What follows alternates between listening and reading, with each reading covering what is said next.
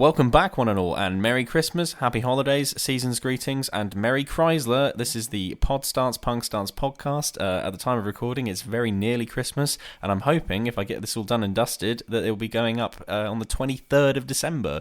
So it's very exciting. I've got a lot of Christmassy things going on. I'm currently wearing my Christmas lounge pants, or I don't know what they call. I think they were lounge pants where I bought them, but they're like just pajama bottoms. Lounge pants is very American. I don't know why shops do that.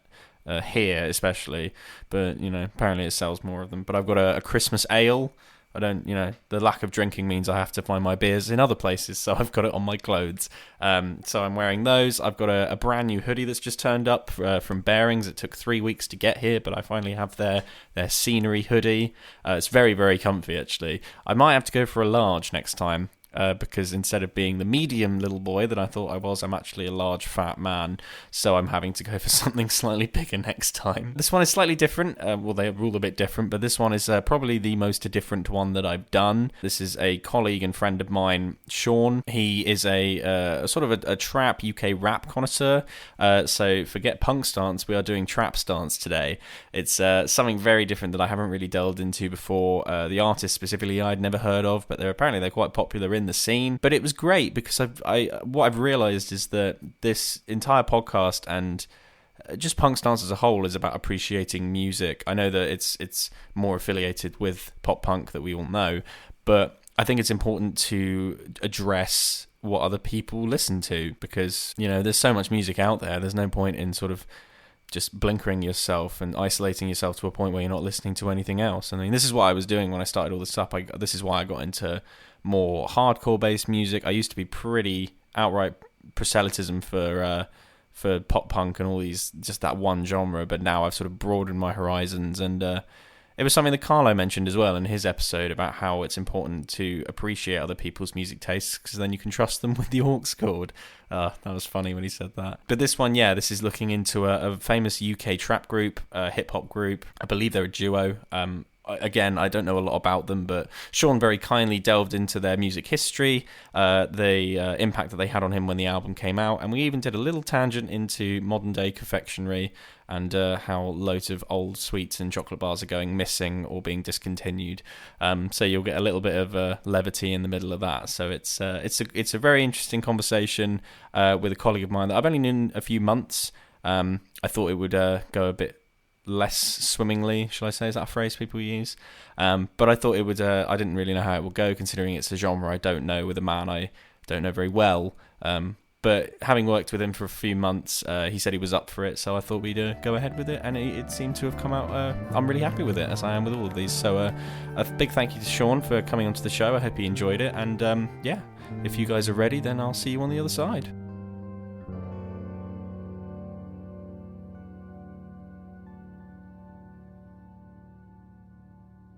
Well, it's just nice to have you here, to be honest. We planned it last week. Yeah, I know. It was unfortunate.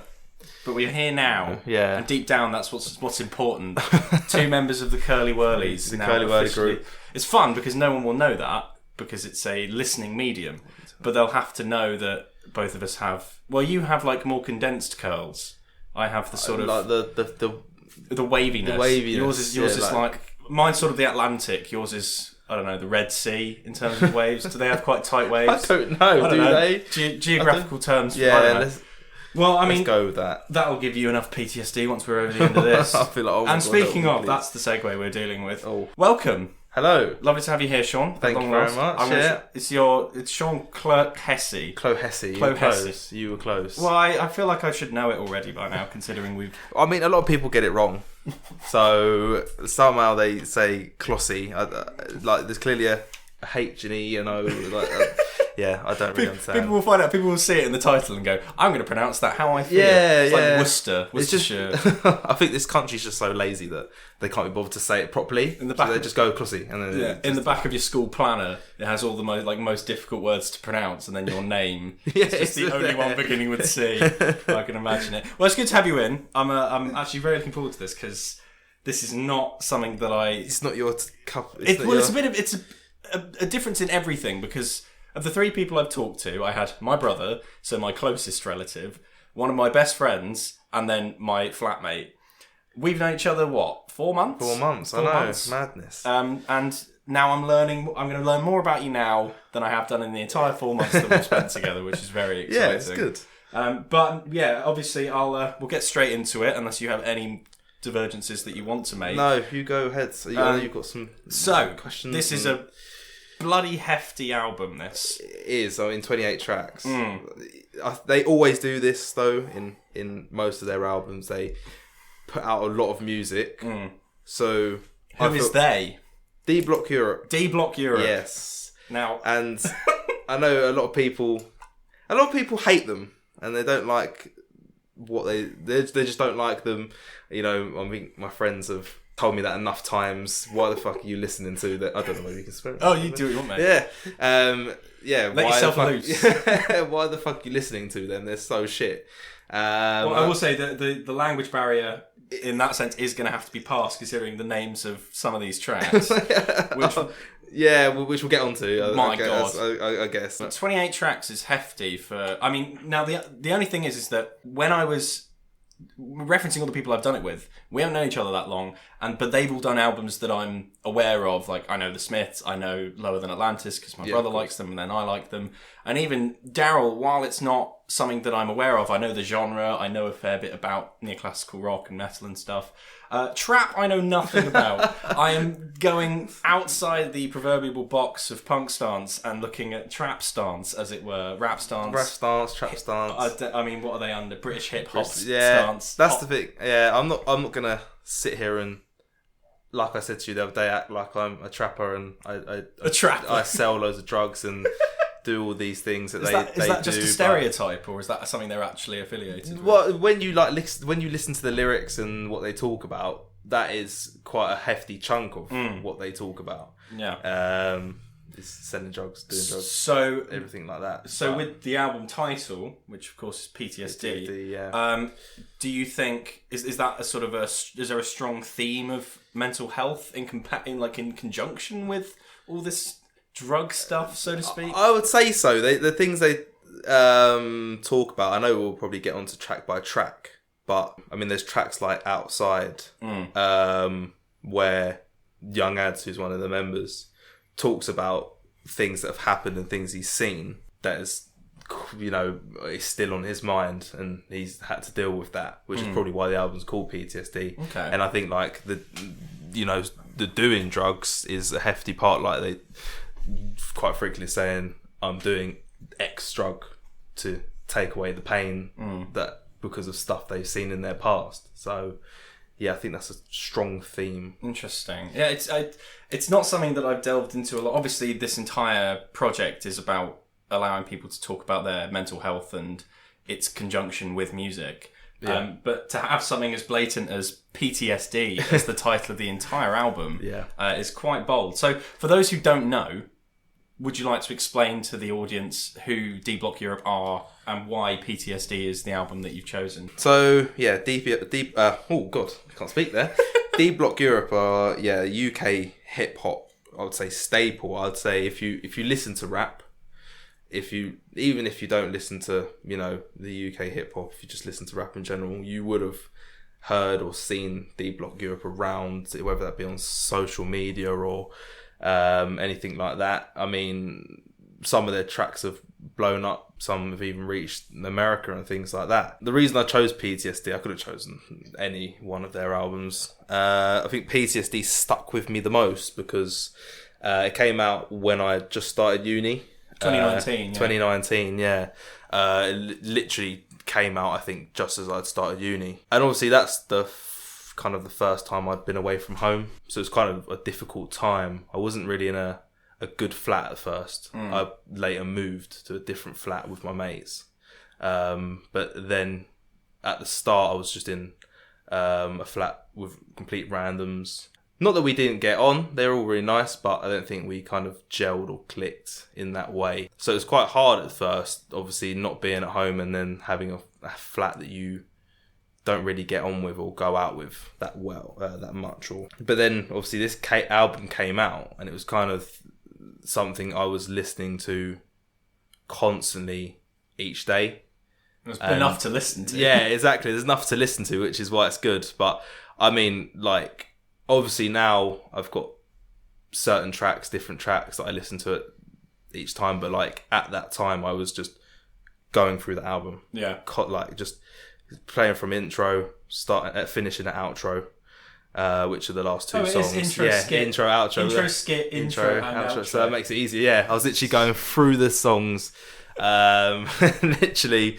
Which so I've got this app where I think it's called like Stats for Spotify or something like that. Yeah, it's like an app you. I've seen that around. Yeah, it's quite a good app. So I just had a look at it, and I mean, there's some tracks on there that I can tell that weren't the best, so I didn't listen to that much anymore, but like they still had about 30 listens, which means I would have gone through that whole album at least 30 times within about a month or a few weeks. And because you systematically went through the whole album, you could tell how many times you'd listened that's the thing, yeah, to it through the whole way through. Yeah, pretty much. That's 30 times. 30 times in about a few weeks. You must like it quite a lot. Yeah, it's exactly the reason why you picked it. But I think 28 tracks is a lot. But I imagine you have some that really stick out to you in terms of, why specifically it's the album that you've picked out of all of their others. Because there's plenty to look at. I mean, of the notes I've put down, I think I wrote down 11 of them that I thought were worth talking about, and they were mostly the ones that were collaborations. Some of the others in there I just didn't get the chance to look through or have a listen through. But what would you say in terms of those 28 tracks? Are there any that stick out in particular? Some that you would say are your favourite, or ones that have a more sort of personal, encompassing meaning to them in terms of your life and why you listen to them so much? I would definitely say there's definitely a few. So I've already spoke about Outside. That was one. Again, I used that app and I looked and I've listened to it, I think about 200 times, maybe more. That's one of the top listened to tracks.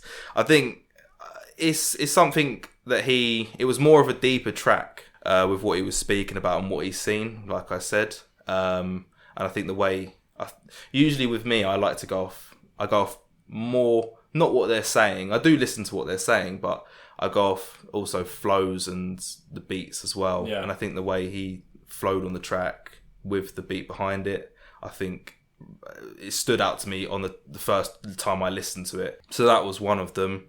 And then you get into a more upbeat, shorter song, which is called Darling. And that's another one I've played like 200 something times. That was just a short track. That's something I can just imagine you listen, you're in the car, it's a sunny day, you just put that on and then you're just like a quick track just to get it over and done with. And I think that's another one that stood out to me in that way. I mean, there's songs that I were playing back then that I would, constantly playing that I may not do now. But then I've got other tracks off the album that I may be playing now that I didn't play back then more. There's like an ebb and flow to the entire record where you'll take some at one point and then however many months later you'll suddenly be like, oh, I'm not interested in them anymore. Let's have these 5. That's it, yeah. Wow. I mean, yeah, that is, when I'm shuffling songs on my playlist and they come up, I'm like, oh, I forgot about this song. This is actually a really good song. I like this one. And then I play it again. But that's just how how big of an album it is. That's not just in an emotional sense, but in terms of length. You don't see many albums. I mean, I don't know if this was like a compilation album or if it was just a straight up release. But that's a lot to go through, and I'm surprised that you've got only 2 or 3 that you've mentioned that you would say are the ones that you look back on the most. But the fact that you can jump between so many of them you've got enough to jump through. Certainly. I mean, that's the thing. I could name a few more, but yeah, I think they're the ones that stood out to me. I think obviously we're gonna have to break the language barrier because of some of the songs, but there was a song at the time that came out that they released as a single, which was like an introduction to the album, that this is the album, which is Home Pussy, which I think quite a lot of people will know if you listen to rap and how big it was back in 2018 when it came out. The song, or was it? It was 2019, 2018 when that song came out. Again, it's just one that like once you've heard the chorus and things like that, it's stuck in your head. Yeah. And you'll just be, going around the house and then you'll start you just start repeating the chorus in your head. Is one of those songs. Imagine doing the dishes and Home Pussy just starts playing in the background. Like, oh my god. That's the thing. I mean, yeah, it is a very bold song, but I presume the genre of trap and the sort of background of growing up in London, you have to be bold. You have to be. That's how you get out. That's it. That's exactly it. I mean, there's only so much you can do with rap, but they kind of broke the barrier with that one and went something a bit out there to get themselves on the map. Well, I mean, in terms of the sort of musical elements to it, you talked about the beats and the hits. Again, I am no expert on this. I don't know what to talk about. But would you say that the lyrical content works in accordance with the sort of more, or the musical side of it? Do the upbeat songs have a bit more of a positive message and vice versa? In terms of that, I would say yes, there's a little bit of a difference. There is a common theme that I've spoke about already that they go on about throughout, like the drugs, sex, everything like that, the lifestyle they live. But, you know, like with tracks like Outside, he does go a bit deeper and talk about stuff that he's seen and gone through. And then you get tracks like Darling, like Whole Summer's a good one, Back to Back. They're more, you know, upbeat songs where they're just flaunting what they do and things like that. It's interesting to hear the dichotomy between the sort of upbeat side and then the, oh, holy shit, there's a lot going on right now side. Because would you say the overall theme is more towards the negative side, or do you think that it delves more so into the more upbeat, positive elements of rap? I mean, in terms of this one, I would say it's more upbeat. There's quite a few tracks. So I mean, well, I would say that tracks like Love, 808, Heart Safe, Thug, Adore Me. They're more like, I would say, love tracks. They're talking about their girl or something like that, and they're talking about what's going on with them and more that side of things. And then you do get, but then Thug is more of a mellow track when you listen to it. So the beat is quite mellow with that, but it is more of like a love song as well. So it is contrasting, but it works together well. Oh, nice. And do you you have a preference on the sort of positive or negative side of the album? Well, I shouldn't say negative, like sad, happy sides of the album.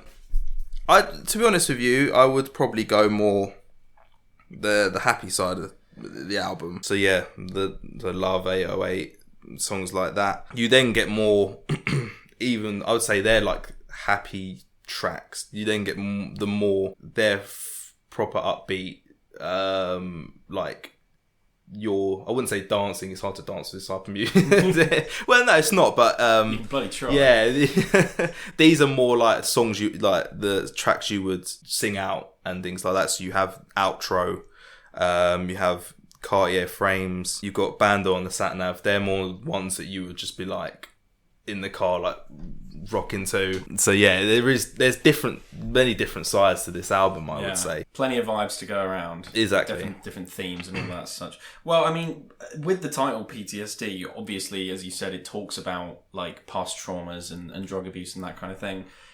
How has that specific theme resonated with you in terms of, because does that have an impact on how you think about the album? Does it have a sort of personal resonance with you, or is it just something that you look at and go, I can appreciate this for what it is? I think it's more of I can appreciate it for what it is. Like, yeah, I don't have a drug abuse or anything like that, which is a good start. So I can't resonate with it in that way, but I can appreciate listening to more of this music. You can hear about what goes on in a life like that. Yeah. So you can understand why the album's called PTSD and why they do the things they might do. But again, like, even if you haven't done something like that, you haven't got the drug abuse and things like that, you can still resonate. Everyone's gone through something in their life at one point, and even though it might not be PTSD, it might be something you look back on and it hits you hard at certain points. So you can sort of resonate with it in that way, that you have gone through something as well.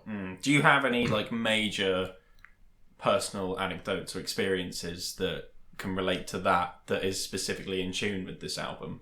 I mean, like I said about at the start of uni, that's one. Going somewhere different and a whole new experience. I think recently as well, like not that long ago, about a month ago, there was like a health scare, and then that kind of really threw me off and put me into a place like, am I going to die? Am I going to die? All these things happening.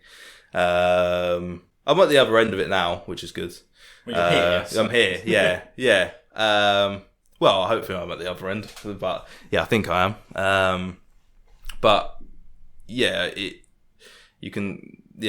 something that you're in your head, which is probably the same as them. They're in their head thinking about what they've seen, what's happened to them, and that's why they make and it sticks with you, those kind of things. I mean, even a small health scare, like, I don't know how small it was, but like even just one scare like that, it can affect you for months on end, if not years. Exactly. Hence the PTSD element to it.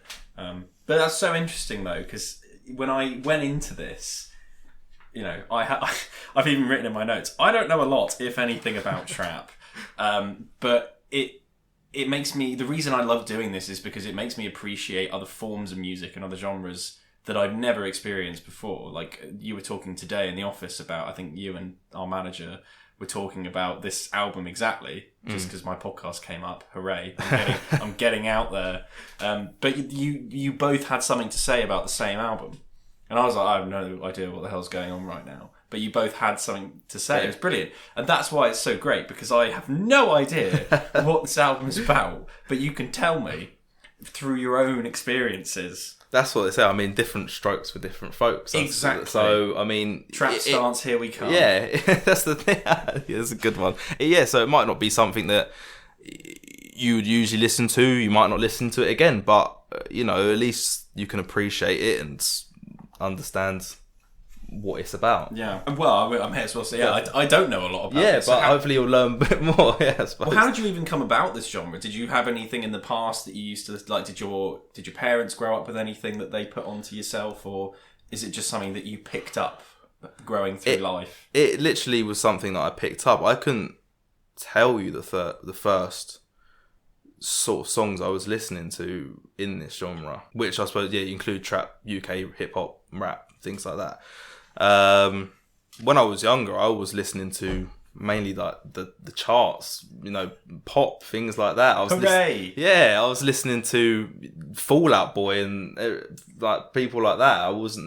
I didn't even really go into this genre that much. I mean, the UK, it was more things like that. And then, like I said, I can't remember the first sort of rap I listened to. I could really get up, because I've had Spotify for years and years, ever since I first started listening to the albums and stuff like that. Have you had a lot of history with rap as a genre, or is that something that's come about recently as a result of someone like D Block Europe? Well, yeah, I mean, I used to more listen to the US rap side of things. Me and a friend, I haven't really spoken to him recently. He kind of drifted apart. We went to different schools and things like that.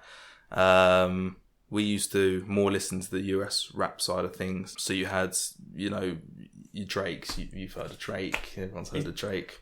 I mean, I don't know anything about. I think is he Canadian? That's what. Yeah, you've heard of him a little bit at least. I know he's from Canada. That's my extensive level of knowledge about Drake. He's Canadian, and end of list. So, that's it. So we were, you know, listening to people like Drake, Lil Wayne. Yeah, we were listening to them, and then it kind of, we've drifted apart, and then I started listening to more UK rap, and it just kind of stuck, and I haven't really got out of that yet. I've started listening to US rap again quite a lot, but yeah, UK rap will always most likely stick around. Well, it's such an extensive genre from what I've heard.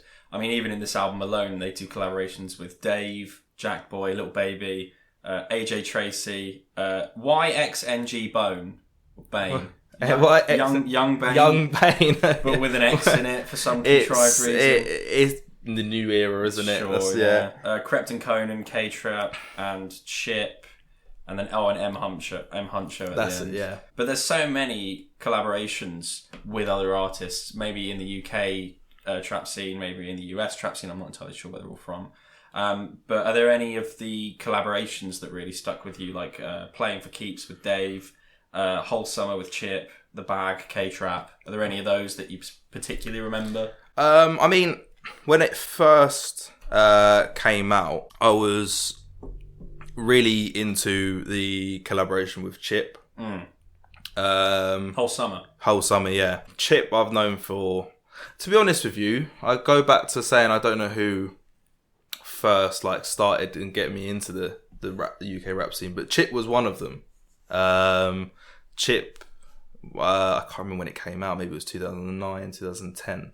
He made a song called Oopsie Daisy with, I can't remember who the collaboration was with, but he made a song called Oopsie Daisy, which is a classic. He also made a song with Chris Brown called Champion, which I know quite a lot of people probably remember back in the day, and he was one of them that I used to listen to quite a lot. Him and Tinchy Strider as well. They did Mandem. They did, yeah. And then you had that whole era of Chip, Tinchy Strider, N-Dubs. It was 2009, you're right. 2000. Oh, what a great guess. That whole era actually was probably what got me into UK rap, now I'm thinking about it. Because they were just the artists that I used to just listen to constantly. And then, Chip has still stuck around. I'm still listening to him quite a bit. Obviously, Whole Summer I saw him on the album. Whole Summer really stuck with me for quite a bit. The one with AJ Tracey, Heart Safe as well. That stuck with me quite a lot because AJ Tracey is another one that I listen to quite frequently. Not as much actually in the last couple of years, but that's because he hasn't really released anything. But there was quite a run with AJ Tracey, probably from 2017 to 2019, 2020, that I was listening to him quite often. So that's another one. That's probably why it stuck with me. I mean, the one with Lil Baby, Nookie, that was actually a UK ex-US rap collaboration. Right. So Lil Baby's a American artist, like a big American artist.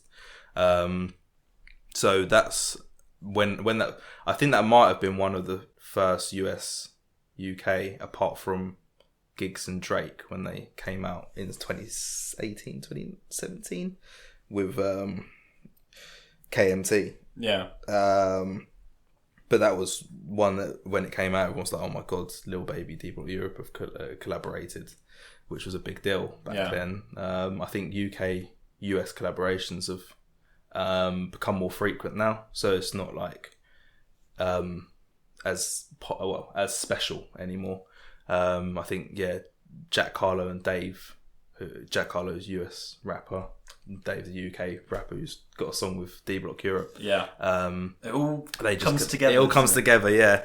They collaborated recently, which was quite good. But I think the excitement, not excitement, but it's exciting that the novelty. The novelty, that's it. Yeah, it's kind of worn off a little bit, but it's still good songs. Being brought out. Do you have like a preference between the US side and the UK side? I imagine with something like D Block Europe, it would be more to the UK side. As in the collaborations, or just in general, well, both. Like, do you have a preference on who they collaborate with, or do you just have a preference on US or UK rap? I would. It's hard. I mean, because they're so different. They are different. I mean, you've got the new era of US rap. People like Playboy Carti, Lil Uzi, people like that who are bringing a different type of rap to the game, or have been doing it for years. I would probably still lean towards UK rap just a little bit, just because it's been there with me for years and years.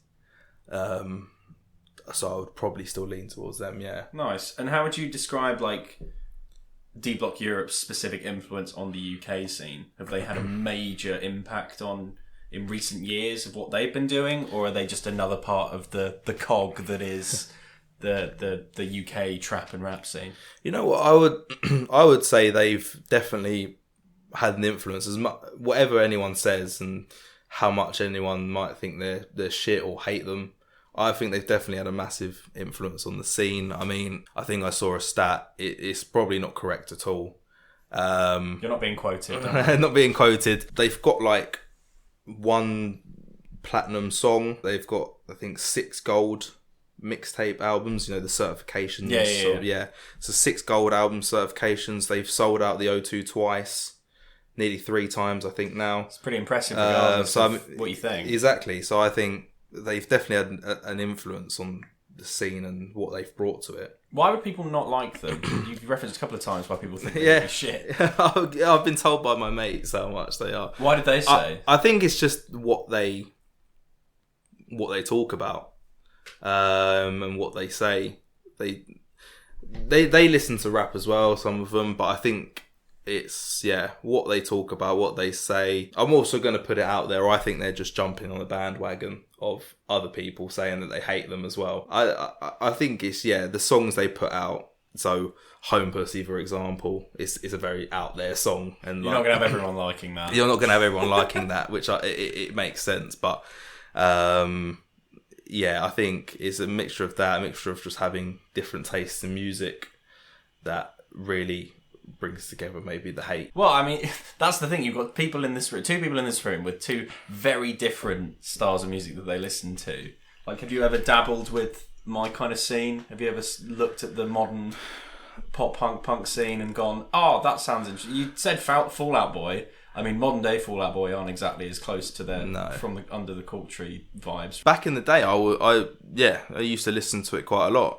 I'm trying to think of other artists, but I can't off the top of my head because I haven't listened to it properly in years. But yeah, people like Fall Out Boy, Thanks for the Memories. That was a song that I used to just play back loads and loads. It's a good tune. It's not really a scene I've dabbled in much recently though. But I wouldn't say I hate it at all. You know, I quite enjoy it, to be honest. When we went on the convention for work. Yeah, we went to Stevenage. What a joyous time. It was great. I mean, everyone should go to Stevenage. I really go for recommend the industrial it. estate and nothing else. Nothing else. Literally all they have. And McDonald's and a bowling alley. And a bowling alley. Yeah. Yeah, of course. Yeah, you played it on the car ride there and the car ride home, and I had no complaints about it at all. I'll take that. So I'll take that. Yeah. I'll get you into. I'll get you there to outright proselytism at some point where you're just like, this is all I want to listen to. But that's what I like, because I mean, Carlo mentioned it as well in our previous one, that it's important to appreciate other people's tastes because you can trust them with the aux cord. So, you know, being able to sit in a car for 2 hours with me. A, quite difficult. B, having my music on there is even more difficult. So you manage that. But I'm trying to wonder, like, who would you play if you had the aux cord? Would you just put on this entire album, or would you dabble with other scenes if you were in charge? That's the thing. I mean, I don't religiously listen to UK hip hop and things like that. I'm not a D Block Europe super fan. As much as I listen to them, I'm not a super fan whatsoever. I don't, have all the, you get all these fan accounts and things like that. People making fan accounts. I'm just like, you're just a weirdo. I have different tastes in music. I mean, R&B as well. Garage. I've got a whole childhood throwback playlist, which I've just got loads of different songs that everyone listened to back in the day. Yeah. Literally, what have you got here? You got Mirrors by Justin Timberlake. Oh, Stargirl by McFly. Stargirl by McFly. A lot of Michael Jackson, Mariah Carey, bit of Justin Bieber. Can't go wrong. Yes, you just got loads of artists. JLS is there. This is your pop influence. This is in the day. Exactly. Loads of Jason Derulo. So yeah, I mean, back in the day, I was listening to loads of pop. Like that's what was big at the time. But I think that sort of shows how music's transitioned. Because I don't think the pop songs or anything like that near as good as they were back in the day.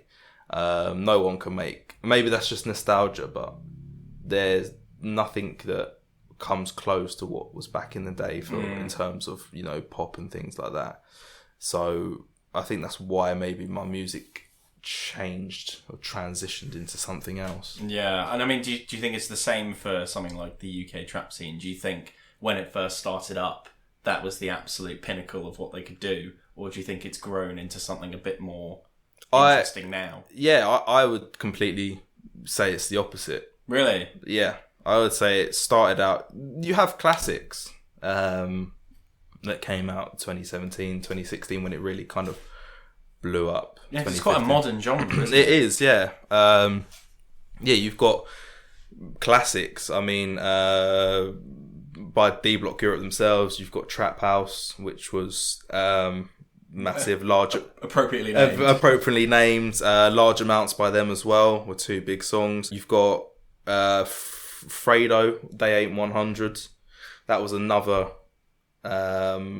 massive track at the time. I think it's still going on with how big it is. You've got a lot of gigs, songs. I mean, that's more rap more than trap, but K-Trap had some big songs back in the day. I'm trying to think of the name. How would you differentiate UK rap to UK trap besides one letter? It's difficult. I should have started with that question. Yeah. To be honest. We're 40 minutes in. Yeah. Now just doing that. That's the thing. I mean, it comes down to what they talk about and the beats, I think. Oh, it's a lyrical thing. It could be, yeah. I mean, with rap, they're talking about more things than just selling drugs, stuff like that. Yeah. Doing drugs. They still talk about it a little bit, but they're talking about more different things in the world, more wordplay, within rap than I would say trap. Trap's kind of heavy hitting. So people like K-Trap, who is also appropriately named, he's quite hard hitting with the beats he uses. They're very... makes you want to get up and do something, which is why quite a lot of it's like in I listen to it at the gym and things like that because it's very motivating, gets you going, very hard hitting. So that's what I think there is a slight difference. What about something like grime? Because is that a whole other thing, or is that sort of an amalgamation of UK trap and rap and other bits? Yeah, I mean, it kind of started off with grime. People like BBK and... Stormzy in there? Or early Stormzy? It started a bit more before Stormzy. Right. Stormzy was, I think, started... He's the only reference point I have for any which is quite good. I mean, at least you've got some reference point. Stormzy was, I think, first came onto the scene 2014, 2013. I'm probably completely wrong, but... He had some songs, and then obviously "Shut Up" came out, which just completely blew up. And that was, I think, maybe one of the first songs that went over into America. Yeah. Again, people don't use me as a reference point because I could be completely wrong, but I just remember it at the time, going crazy. In 2014, he gained attention on the UK underground music scene through his Wicked Skengman series of freestyles over classic grime beats. Yeah, so he used to do freestyles. And so grime was the predecessor of him. Yeah. He used to do freestyle over it. Yeah. I see now. Yeah, but then before him, you had people like BBK, Wiley, Dizzy Rascal, who were the grime connoisseurs, Devlin as well. Just like the grime connoisseurs. Again, in terms of what they talk about, there's not much difference. There is slightly, but I think it comes down to beats. Yeah. When you hear a beat, like a grime beat, you know it's grime. If you hear a trap beat, you know it's trap. Yeah. If you hear a drill beat, you know it's drill. A drill, that's a whole other thing. Yeah, it's a whole other genre. You know it's a drill beat, so. Yeah, again, it comes down to them. There's all these genres that I don't... There's so many that sort of meld into one. Do you have a favourite of them? Because this would... D Block Europe's PTSD would technically come under a trap album, I would say. It leans on the cusp. I mean, not all the songs on there are trap. Some of them are hip hop. you then got like wavy rap. I don't know that Wave rap, yeah. It's basically rap, UK hip hop, but it's a bit more singy. Right. So you've got artists like, as opposed to those non-singy songs I've heard so much about. It's weird. It's not like it. Not singy, more like melodic or rhythmic. Yeah, melodic, rhythmic. So it's not like Michael Bublé type of singing, things like that. It's like you have people like trap is not like Michael Bublé. Like that as a review. Yeah, there you go. So silly. You're not wrong. I'm not wrong. I mean, D Block Europe come under that. You've got artists like Nave Smalls as well. Yeah, they come under that. He comes under that. Sorry. It's more melodic type of rap. And where would you say PTSD fits into all of these genres? Where would you say its sort of central point lies? That's the thing. It's hard to have a central point. What album is it? What is PTSD? That's the beauty of it. It's not just one genre, I would say. I mean, obviously, the main focal point it comes under is rap. You can't deny that it is a rap album, but you have, the melodical songs like Thug, which isn't quite melodical, but then you've got the proper rap, which is the proper UK rap outside. It's hard to define what is, what it is and what it isn't. And where's its place in terms of every other sort of rap album you've heard? Obviously, this is the one that quote unquote saved your life. But where does it fit in terms of the rest of the music that you listen to? Why is it this one that you've picked out of everything else? I mean, it's like I said, it's something that I have a reference to, that I can think at this time I was feeling like shit, and then I was listening to this album to get me through the days, because I was really close to leaving uni within that first month, but listening to that album got me through the days, and then I moved flats with my mates, and then the rest is history. So it's something I can have a focal point. And that small part where your brain was being silly, shall we say, this is the album that you kept coming back to. It is, yeah. I mean, I always, whenever like I'm listening to some of the songs now, it takes me back to that. Like I think it takes me back and just of like the first month and stuff like that, first year of uni even. So it always be in the memory. Does it feel like a nostalgic album? It does. Well, to me it does. I think it might not be old enough to be a nostalgic album. Well, that's what I thought. But one of my favourite albums of all time is from 2017, right. And I'd still consider it fairly nostalgic, purely because I guess I don't know if nostalgia really has a time limit. Can you be nostalgic for something that happened like a week ago? Is that possible?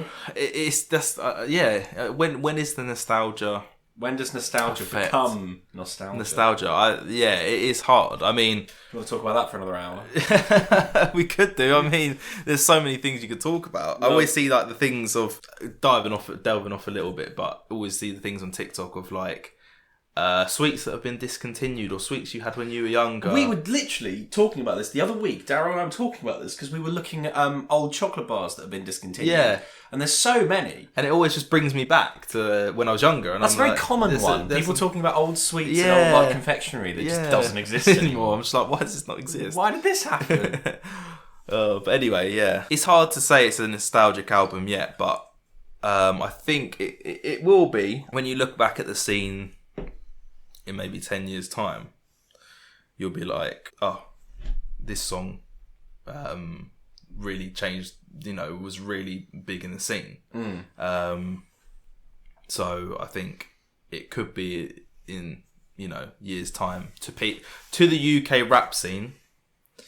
It could be. I don't think it will be a nostalgic album as a whole. You have the nostalgic albums that any genre or thing would be like, yes, this is a nostalgic album. I can't think of off the top of my head any, but well, everyone will have a different one, won't they? that's the thing, yeah. But like, there's ones that every genre will appreciate as a nostalgic album. I know Eminem will probably have a couple. Yeah. That people were like, I can appreciate that's a nostalgic album with the nostalgic songs on it. Well, the fact that something like rap and trap and this general scene, the underground scene of that, it hasn't been around very long. No. So maybe it hasn't had the chance to be nostalgic in the first place. That's the thing. I think you're right.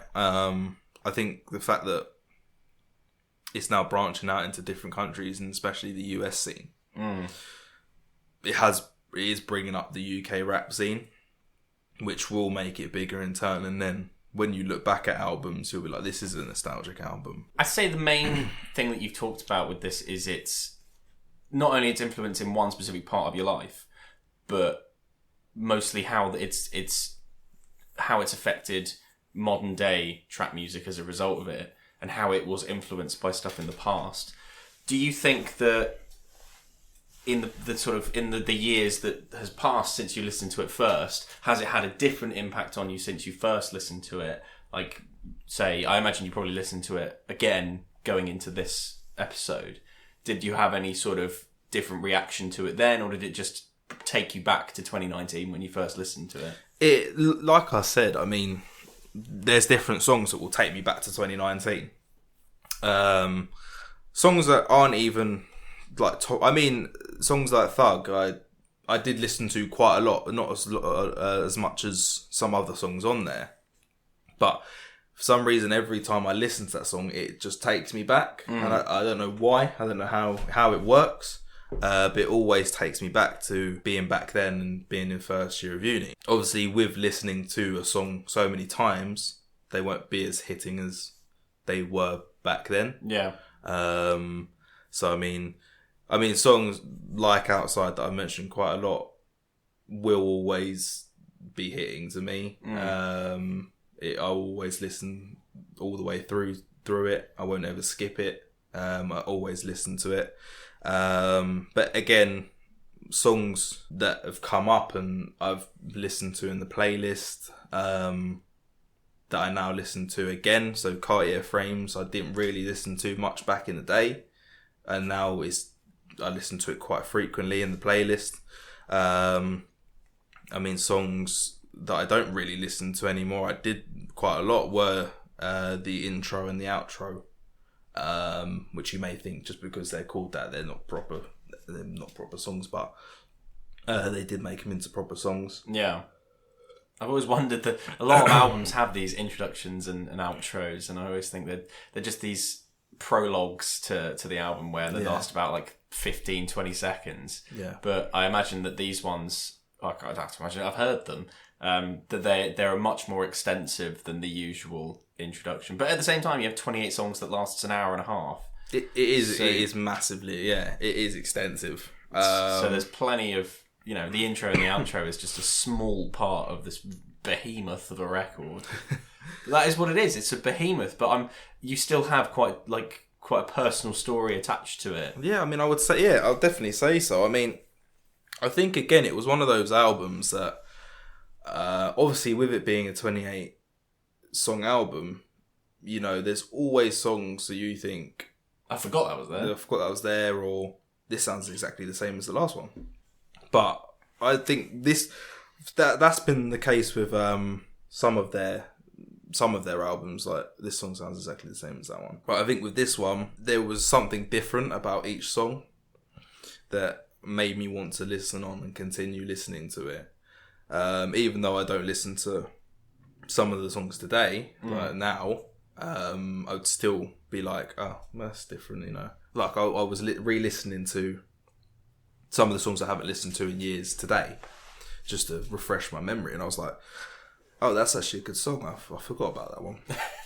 And even now, 4 years on, you can say that. It's great. It's such an ever-evolving record that you can come back to it however many years later and almost have a completely different experience with it. Exactly. I mean, I'll always have the staple songs like I've gone on about throughout this, but it's good to get some other songs on there that I haven't listened to, and re-listen and appreciate them again. Do you feel like it's too long? Do you feel like 28 is too long? But then again, you said that's just a thing that people in the scene do, that they just put an extensive amount of songs into one record. It's not something that people in the UK scene do. It's just them. Oh, it's just them. It's just them.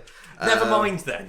It's ridiculous. I mean, their albums previous to this weren't that long. I say that 19 songs. I don't know whether you would class that as long. Pretty long. Still pretty long. I think the average is like 10 tracks. 10 tracks, yeah. But I think that usually, the average is 10 to 15. 29 ones on this one. 29 songs. 16 songs again. So they've always been 23 songs on this. I think they do it so they're averaging about 20 songs. About 20 songs per album. But that's just crazy, because I mean, their songs are still fairly lengthy. They're not super duper short. They're not doing 30-second tracks per time.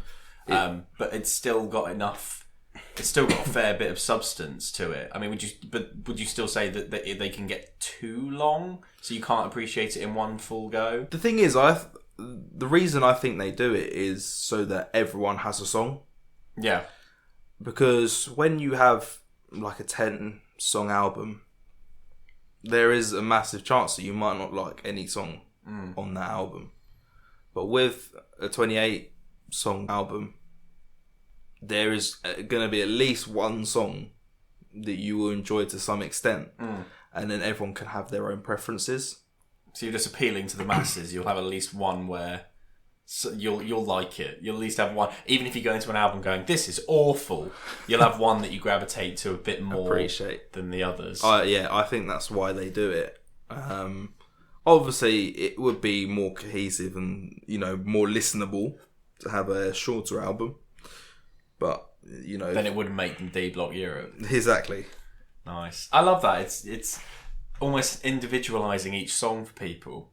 And would you say, of those 28 then, do you have one that calls out to you the most? I think you said Outside. Yeah, I would still say. I mean, Darling's actually my most listened to song ever. Really? Yeah. Oh, wow. However, I wouldn't say that one. I would say Outside. I just think it's something different, and it's just a bit more deeper, which usually I don't really like the more deeper things. I mean, Dave, I don't know whether you've heard of him. You might have heard of him. I know Dave. You do know Dave. I know a lot of Daves, but he is one that I'm aware of. In his albums, he does quite a lot of deeper songs. Yeah. Which I don't usually enjoy. They're quite long. They're about 8 minutes long, and it's him, like, it's a deeper song, like he's talking about some proper issues. He goes into a deep Dave. A deep Dave. If you will. That's my joke for the episode. That's a good joke. There we go. Yeah, he goes in more deeper, but he also does have some more upbeat, good songs on his albums. Not good, I wouldn't say good, they're all good songs, but he has some more upbeat songs that I actually prefer to the deeper ones he has on the album. So I think, but with Outside it's different. I don't know, it's something that's definitely stuck with me, and it's just, it's probably one of the songs it's probably my favourite song from them. Yeah. And I did a list about 10 out of 10 songs, and I would probably put that one as 10 out of 10. People will call me deluded maybe, but I did put that song as one of the songs on my 10 out of 10 lists. But that's exactly what this podcast is about, because obviously people will call you delusional. Most people don't even know the albums I talk about, let alone listen to them. So that's why this is great, because you can come and say, no, I'm going to put that as a 10 out of 10 song because I like it. And it's as simple as that. Yeah. But that's the individuality of that record. You have Outside, that is your song, the one you gravitate towards. And as a sort of closing statement for this whole thing, PTSD is the album that you gravitated towards. Outside is the track that you've gravitated towards. Why is that? It is... to sum it all up, PTSD was, I know it's 28 songs long, but like we said, they just have a lot of songs on all of their albums, but I think that was the most cohesive album that you can listen to through again without thinking, I want to skip this one. And I think Outside is just the perfect track to me. Yeah. The flow, the beats, what he's talking about. He's not just, he's talking about deeper stuff. He's not just talking about the usual stuff he talks about. There is actually two people in this as well. I keep saying he, but it is a two-person thing. And to close off, LB, who's the other person involved in D Block Europe, he needs to be respected more.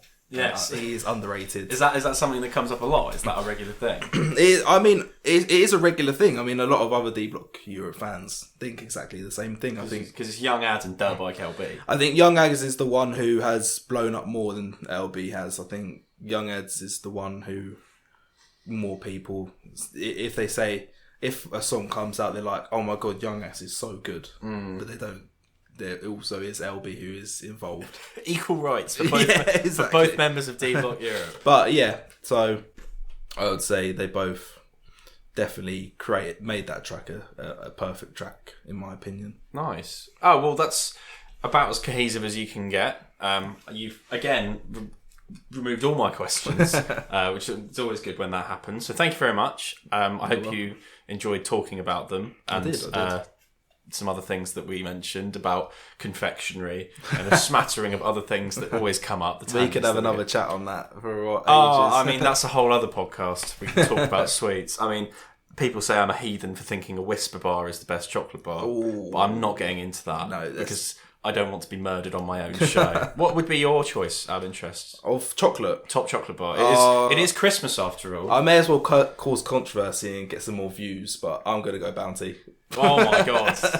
Yeah, we're going to end it there. I'm going to leave the microphone over to myself. Well, thank you very much. It's been a good one. Again, this is something that I just don't know a lot about, so I'm glad you've enlightened me a bit more into that, and you've gotten through 2 glasses of water. I was thirsty. Yes, you were. Well, thank you very much, Shaun. It's been a lovely one to talk about and a lovely person to talk to. Another member of the Curly-Whirly. Yeah, Curly-Whirly gang. The Curly-Whirly gang. In fact, we're going to have to high five on that one. That's what we like to see. Thank you all for listening in once again. This is one of the more out there episodes with someone I've known the least amount of time on an album I don't know at all. So hopefully this will be fun to listen to. It's hard to tell sometimes. But yeah, thank you all. At the time of recording this, it is the 21st of December. We've got half day of work tomorrow. So I'll wish you all a Merry Christmas, Happy Holidays to everyone out there. I don't know if you want to say it as well.